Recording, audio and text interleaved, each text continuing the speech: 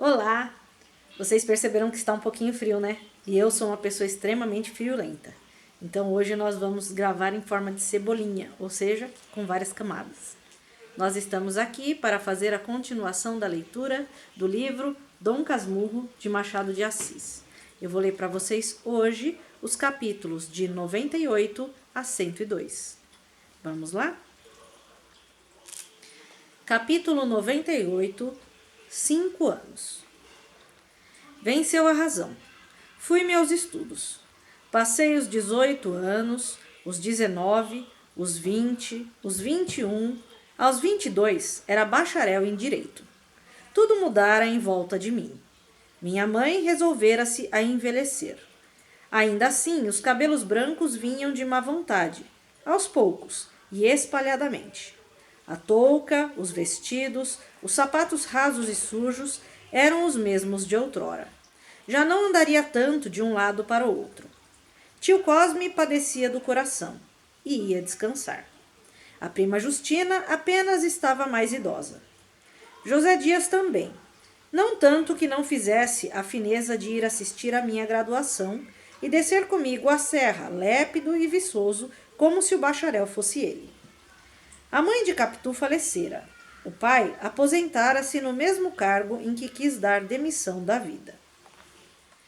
Escobar começava a negociar em café depois de haver trabalhado 4 anos em uma das primeiras casas do Rio de Janeiro. Era opinião de prima Justina que ele afagara a ideia de convidar minha mãe às segundas núpcias, mas, se tal ideia houvesse, cumpre não esquecer a grande diferença de idade. Talvez ele não pensasse em mais que associá-la aos seus primeiros tentames comerciais.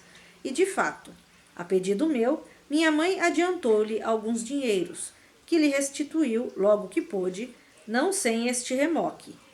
Dona Glória é medrosa e não tem ambição. A separação não nos esfriou. Ele foi o terceiro na troca das cartas entre mim e Capitu. Desde que a viu, animou-se muito no nosso amor. As relações que travou com o pai de Sancha estreitaram as que já trazia com Capitu e fê-lo servir a ambos nós como amigo. A princípio, custou-lhe a ela aceitá-lo. Preferia José Dias. Mas José Dias repugnava-me por um resto de respeito de criança. Venceu Escobar, posto que, vexada, Capitu entregou-lhe a primeira carta, que foi mãe e avó das outras. Nem depois de casado suspendeu ele o obséquio. Que ele casou, adivinha com quem? Casou com a boa Sancha, a amiga de Capitu, quase irmã dela. Tanto que alguma vez, escrevendo-me, chamava esta de sua cunhadinha. Assim se formaram as afeições e os parentescos, as aventuras e os livros. Capítulo 99. O filho é a cara do pai. Minha mãe, quando eu regressei bacharel, quase estalou de felicidade. Ainda ouço a voz de José Dias lembrando o Evangelho de São João, dizendo ao ver-nos abraçados: Mulher, eis aí o teu filho. Filho, eis aí a tua mãe. Minha mãe entre lágrimas. Mano Cosme é a cara do pai, não é? Sim, tem alguma coisa. Os olhos, a disposição do rosto. É o pai, um pouco mais moderno, concluiu por chalaça. E diga-me agora, mana Glória, não foi melhor que ele não teimasse em ser padre? Veja se este Peralta daria um padre capaz. Como vai meu substituto? Vai indo, ordena-se para o ano, respondeu tio Cosme. Hás de ver a ordenação. Eu também, se o meu senhor coração consentir. É bom que te sintas na alma do outro, como se recebesses a ti mesmo a sagração. Justamente, exclamou minha mãe. Mas veja bem, Ano Cosme. Veja se não é a figura do meu defunto. Olha, Bentinho, olha bem para mim. Sempre achei que te parecias com ele.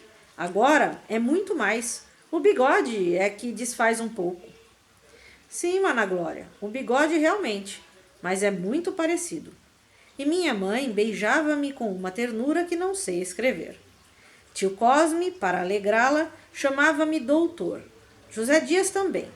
E todos em casa, a prima, os escravos, as visitas, Pádua, a filha e ela mesma repetiam-me o título. Capítulo 100. Tu serás feliz, Bentinho. No quarto, desfazendo a mala e tirando a carta de bacharel de dentro da lata, ia pensando na felicidade e na glória. Via o casamento e a carreira ilustre, enquanto José Dias me ajudava calado e zeloso. Uma fada invisível desceu ali e me disse em voz igualmente macia e cálida: Tu serás feliz, Bentinho. Tu vais ser feliz. E por que não seria feliz? Perguntou José Dias, endireitando o tronco e fitando-me. Você ouviu? Perguntei eu, erguendo-me também espantado. Ouviu o quê? Uma voz que dizia que eu serei feliz? É boa. Você mesmo é que está dizendo? Ainda agora sou capaz de jurar que a voz era da fada. Naturalmente, as fadas, expulsas dos contos e dos versos, meteram-se no coração da gente e falam de dentro para fora. Esta, por exemplo, muita vez a ouvi clara e distinta. Há de ser prima das feiticeiras da Escócia.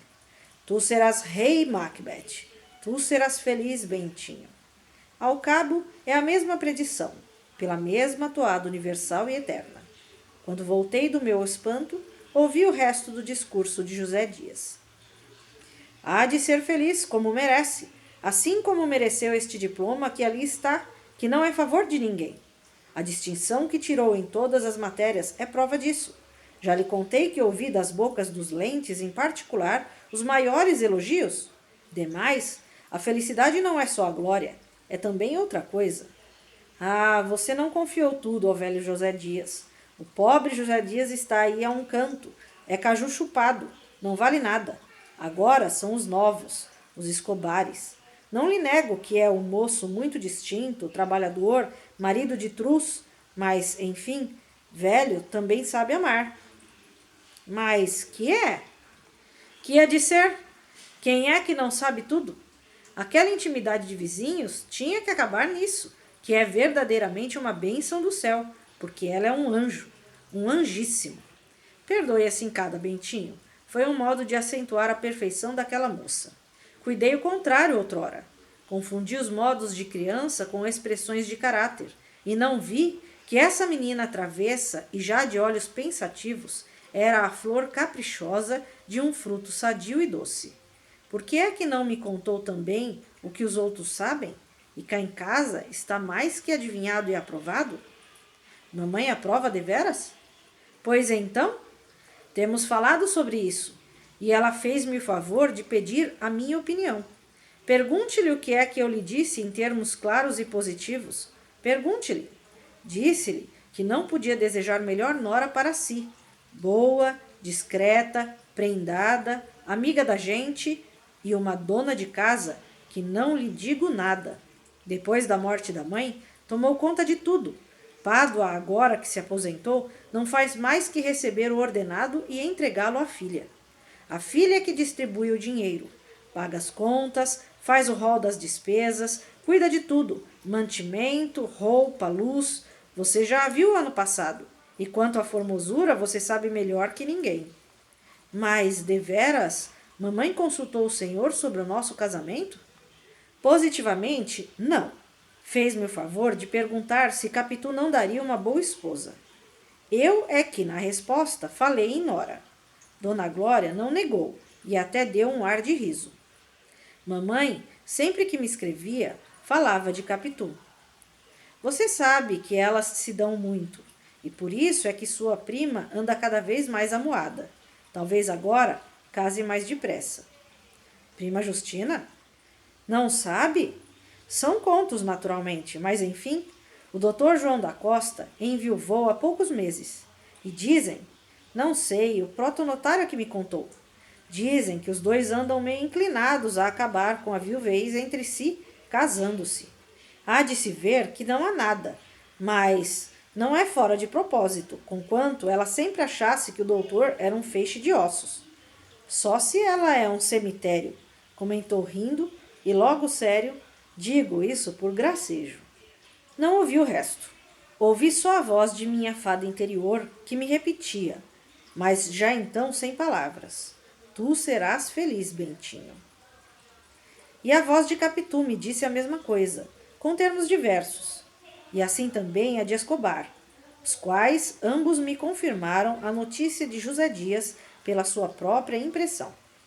Enfim, minha mãe, algumas semanas depois, quando lhe fui pedir licença para casar, além do consentimento, deu-me igual profecia, salva a redação própria de mãe. Serás feliz, meu filho. Capítulo 101. No céu. Pois sejamos felizes de uma vez, antes que o leitor pegue em si, morto de esperar, e vá espairecer em outra parte. Casemo-nos. Foi em 1865, uma tarde de março, por sinal que chovia.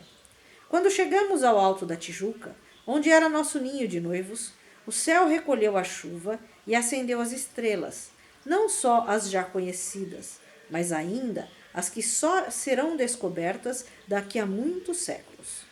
Foi grande fineza, e não foi única. São Pedro, que tem as chaves do céu, abriu-nos as portas dele, fez-nos entrar e, depois de tocar-nos com o báculo, recitou alguns versículos da primeira epístola. As mulheres sejam sujeitas a seus maridos. Não seja o adorno delas o enfeite dos cabelos riçados ou as rendas de ouro, mas o homem que está escondido no coração. Do mesmo modo, vós, maridos, coabitai com elas, tratando-as com honra, como vasos mais fracos e herdeiras convosco da graça da vida. Em seguida, fez sinal aos anjos, e eles entoaram um trecho do cântico, tão concertadamente que desmentiriam a hipótese do tenor italiano se a execução fosse na terra, mas era no céu. A música ia com o texto, como se houvessem nascido juntos, à maneira de uma ópera de Wagner. Depois, visitamos uma parte daquele lugar infinito. Descansa que não farei descrição alguma. Nem a língua humana possui formas idôneas para tanto. Ao cabo, pode ser que tudo fosse um sonho. Nada mais natural a um ex-seminarista que ouvir por toda parte latim e escritura. É verdade que Capitu, que não sabia escritura nem latim, decorou algumas palavras como essas, por exemplo: sentei-me à sombra daquele que tanto havia desejado. Quanto às de São Pedro, disse-me no dia seguinte que estava por tudo, que eu era a única renda e o único enfeite que jamais poria em si. Ao que repliquei que minha esposa teria sempre as mais finas rendas deste mundo. Capítulo 102. De casada. Imagina um relógio que só tivesse pêndulo, sem mostrador, de maneira que não se visse as horas escritas. O pêndulo iria de um lado para o outro, mas nenhum sinal externo mostraria a marcha do tempo. Tal foi aquela semana da Tijuca. De quando em quando, tornávamos ao passado e divertíamos-nos em relembrar as nossas tristezas e calamidades. Mas isso mesmo era um modo de não sairmos de nós. Assim vivemos novamente a nossa longa espera de namorados, os anos da adolescência, a denúncia que está nos primeiros capítulos, e ríamos de José Dias, que conspirou a nossa desunião e acabou festejando o nosso consórcio. Uma ou outra vez falávamos de descer, mas as manhãs marcadas eram sempre de chuva ou de sol, e nós esperávamos um dia encoberto que teimava em não vir. Não obstante, achei que Capitu estava um tanto impaciente por descer.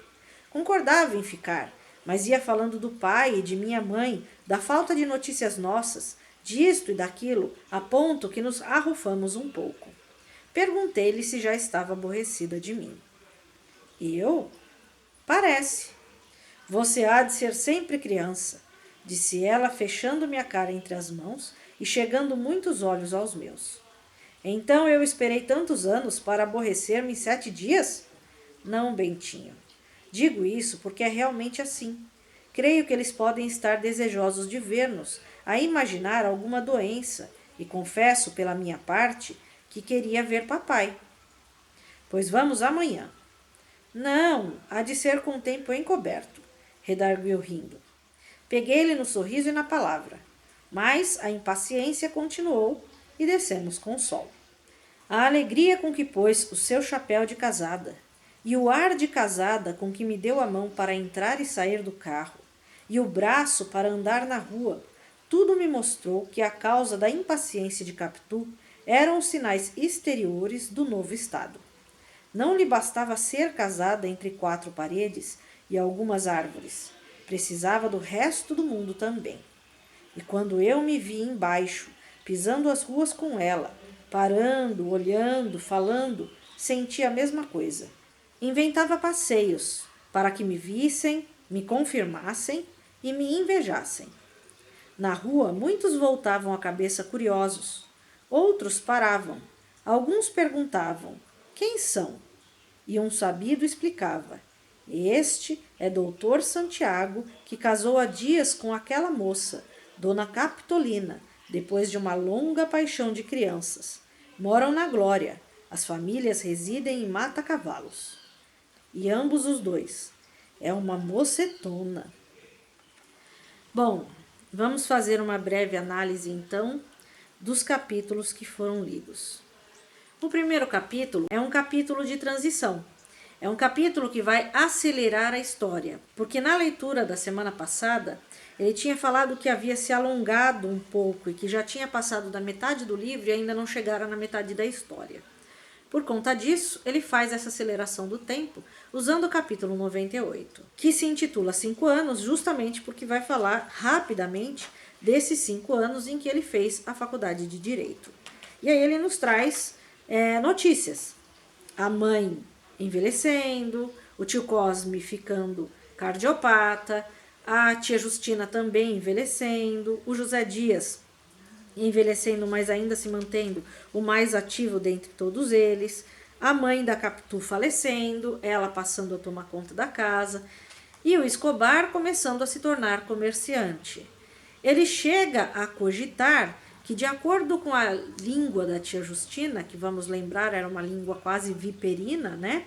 O Escobar teria certo interesse na mãe do Bentinho, que na realidade o próprio Bentinho descarta. Ele fala que não era isso, que ela estava vendo coisas onde não existia, que ele só era bastante agradável e que também, em determinado momento, ele pediu um empréstimo para ela para poder abrir um negócio e ela lhe deu o empréstimo, ao qual ele honrou pagando direitinho. Fala da aproximação do Escobar da família, não só da dele, que já havia acontecido, mas agora também da família de Sancha. E acaba falando que ele acaba se casando com Sancha. E ele fala das 3 pessoas com quem ele mais se correspondia: a mãe, a Capitu e o Escobar. O capítulo 99 é o capítulo em que ele se forma e regressa para casa.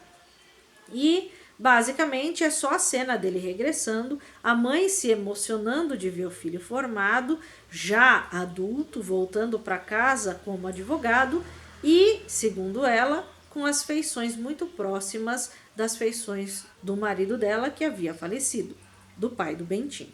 O capítulo 100 é um capítulo bastante interessante, porque é o capítulo em que o Bentinho está desfazendo as malas assim que ele chega em casa e ele diz que ouviu uma fada falando que ele seria feliz. Claro que aí é uma analogia que vem a externar as esperanças dele. É neste capítulo que nós temos uma observação interessante. José Dias muda aparentemente a sua colocação. Ele diz que quando ela era criança, ele tinha visto, não sei se vocês lembram lá no começo, né? Ele classificou ela com olhos de cigana, oblíquos e dissimulados. Agora ele muda essa versão. Ele diz que ela já era muito madura para a idade, que ele não soube interpretar isso. E o que ele tomou por olhos de cigana, oblíquos e dissimulados, na realidade eram olhos pensativos. E ele frisa colocando assim: confundi os modos de crianças com expressões de caráter. E não vi que essa menina travessa e já de olhos pensativos era a flor caprichosa de um fruto sadio e doce. Significa que ele está sendo sincero aqui? Não. Vamos lembrar que José Dias vive de favor na casa da mãe do Bentinho. E claro que ele não pode ofender aos gostos daqueles que pagam a moradia para ele. Ele vive de graça, ele mora de graça. E quem é o real dono da situação? Como legalmente, mesmo a mãe dele estando viva, ele é o dono da casa, né? O Bentinho é o dono da casa. Claro que ele não vai querer contrariar o Bentinho. E assim que ele percebe que não tem mais jeito, que o Bentinho vai realmente se casar com a Capitu, ele já muda a situação, ele muda o discurso, de forma a tornar-se ele uma das pessoas que passa a apoiar a situação. Na realidade, José Dias é extremamente esperto. Repare que ao longo de todo o livro, ele sempre se coloca a favor do Bentinho, porque ele sabe que por morar de favor na casa do Bentinho, ele tem que agradar o dono da casa. Então ele é meio puxa-saco. Por conta disso, ele está sempre percebendo na frente o que as pessoas querem e sempre um passo à frente ele vai falando que está aprovando ou até ajudando isso a acontecer. Então é o capítulo em que fica inevitável o noivado dos dois, do Bentinho e da Capitu. O capítulo 101 é o capítulo do casamento. E vamos lembrar que estamos nos referindo a um livro do século XIX de uma sociedade eminentemente católica e escrita por um personagem que seria extremamente católico, tanto que quase virou padre. Por conta disso, há toda uma visão extremamente machista pregada pela religiosidade da época e, em alguns casos, pela religiosidade atual, infelizmente, e que usa alguns trechos bíblicos para justificar essa visão mais machista. É o que ele faz quando ele cita aqui o trecho da Epístola de Pedro, falando que a mulher precisa estar sujeita ao marido, tem que ter como enfeite apenas o amor do marido e assim por diante. E o capítulo 102 mostra a primeira semana de casado dos dois. O relacionamento maravilhoso e o como eles se sentem no céu, na realidade, essa é a comparação que ele faz. Mas a Capitu, como toda mulher, tem preocupações, muitas preocupações na cabeça, não é só ele. Né? Isso é bastante normal, e não só entre as mulheres, né? Entre qualquer pessoa centrada. Ela tinha deixado um pai sozinho, um pai que nunca havia ficado sozinho, ela que tomava conta da casa, e de repente estava com o Bentinho. E o Bentinho é extremamente possessivo. Então ele quer a Capitu só para ele. O que acontece? Ela começa a manifestar a vontade de voltar na casa antiga para ver o pai. Principalmente para ver o pai. Para dar notícias, eles acabaram de casar, tudo bem, mas a vida não é só eles e o resto do mundo que se exploda. Não é isso. Eles têm um relacionamento, mas isso não impede que continuem, né? Com os relacionamentos de amizade, de família e tudo mais. Só que o Bentinho é daqueles extremamente ciumentos. Ele tem ciúme até da família dela. Isso fica claro na forma dele falar. Então, ele acaba, num primeiro momento, se achando contrariado, achando que ela já enjoou dele. Característica, né, de uma pessoa extremamente mimada, que quer que ela só volte a atenção para ele, quando na realidade ela é esposa dele, mas também pode zelar pelo pai. Também pode ir zelar pela mãe dele. Ela chega a citar a mãe dele, inclusive, que também precisa, né? E acaba que ele cede e os dois vão. E aí vem um lado um pouco pior do que o lado machista, né? Ele acaba querendo exibir a Capitu para que os outros tenham inveja da felicidade dele. Então, olha o nível de pessoa que o Bento Santiago é. Ele deixa isso escapar na narração. Então, apesar dele ser um narrador, lembra que eu falei que tem momentos em que ele mesmo se trai? Em que ele mostra os defeitos que ele tem mesmo sem querer? Uma pessoa que está com a outra, que quer passear com a outra, não por passear com as outras, mas para exibi-la, e para que as pessoas tenham inveja dele, não tem apenas virtudes. Então, é um personagem extremamente complexo. E é isso que enriquece, né? Como eu já falei várias vezes aqui, é isso que enriquece a obra de Machado. Machado não cria personagens planos, superficiais. Bentinho não é um personagem plano, superficial. Bentinho é um personagem no qual você pode mergulhar, se aprofundar, ir no todo. Eu não tive a oportunidade de comentar capítulos em que ele descreve o relacionamento do Bentinho com o Escobar, mas eu gostaria de fazer um desafio para vocês. Nós estamos aqui encerrando o mês de junho, que é um mês tradicionalmente, historicamente, dedicado às lutas pelos direitos das pessoas que são homossexuais, e não só das homossexuais. Hoje, né, depois de tantas lutas, nós dizemos que são também pelas lésbicas, pelos assexuais, enfim, por todos aqueles que estão sintetizados na sigla LGBTQI+. E dentro disso, eu gostaria de propor um desafio para vocês. Que vocês retornassem a ouvir os capítulos de Machado e percebessem a descrição que Bentinho faz de Escobar com outros olhos. Porque quando eu leio Machado de Assis, a profundidade do personagem de Bentinho é tão grande que existem milhares de interpretações sobre tudo que ele faz, sobre tudo que ele fala.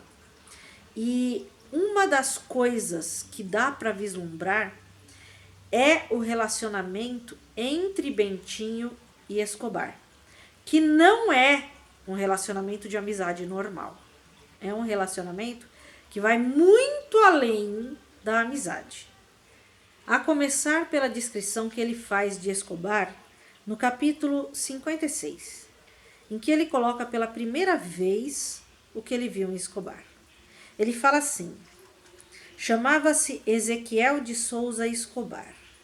Era um rapaz esbelto, olhos claros, um pouco fugitivos, como as mãos, como os pés, como a fala, como tudo.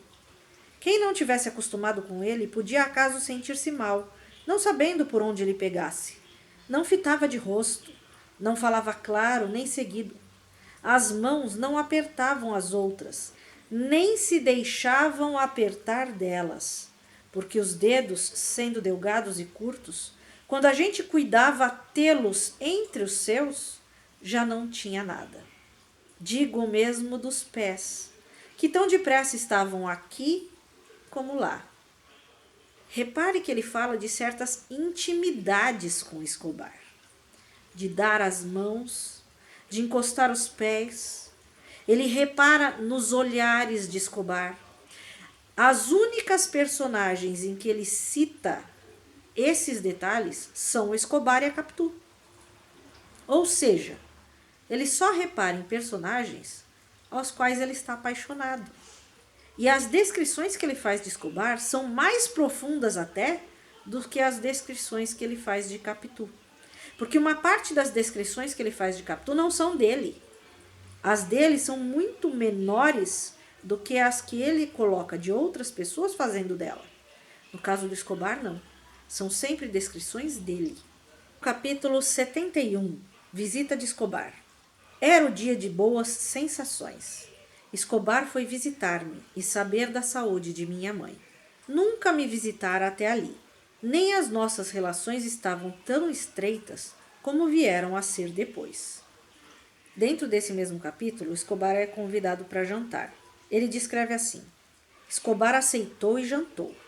Notei que os movimentos rápidos que tinha e dominava na aula, também os dominava agora, na sala como na mesa. A hora que passou comigo foi de franca amizade. E um pouco mais à frente. Os olhos de Escobar, claros, como já disse, eram dulcíssimos. Assim os definiu José Dias, depois que ele saiu, mantendo esta palavra apesar dos 40 anos que traz em cima de si. Nisso não houve exagero do agregado. A cara rapada mostrava uma pele alva e lisa. A testa, que era um pouco baixa, vindo à risca do cabelo quase em cima da sobrancelha esquerda, mas tinha sempre a altura necessária para não afrontar as outras feições, nem diminuir a graça delas. Realmente, era interessante de rosto, a boca fina e chocarreira, o nariz curto e delgado, tinha o cestro de sacudir o ombro direito de quando em quando, e veio a perdê-lo desde que um de nós o notou um dia no seminário. O primeiro exemplo que vi de um homem que corrige-se muito bem dos defeitos miúdos. Repare como ele repara os gestos e os detalhes do Escobar, em toda a profundidade. E assim como esta, existem várias outras passagens em que Bentinho deixa muito claro uma intimidade muito maior do que uma simples amizade com Escobar. Reparem nisso nos capítulos anteriores, reparem nisso nos capítulos que hão de vir. Vocês vão se surpreender. E isso nos mostra uma profundidade de personagem que poucos escritores são capazes de fazer. Machado de Assis foi um grande gênio neste quesito. Muito obrigada, espero que tenham gostado. Se gostaram, deixem o seu like, se inscrevam no canal, divulguem, por favor, os vídeos. É importante para o canal crescer, para levar a leitura a outras pessoas. Mais uma vez, muito obrigada e até a próxima.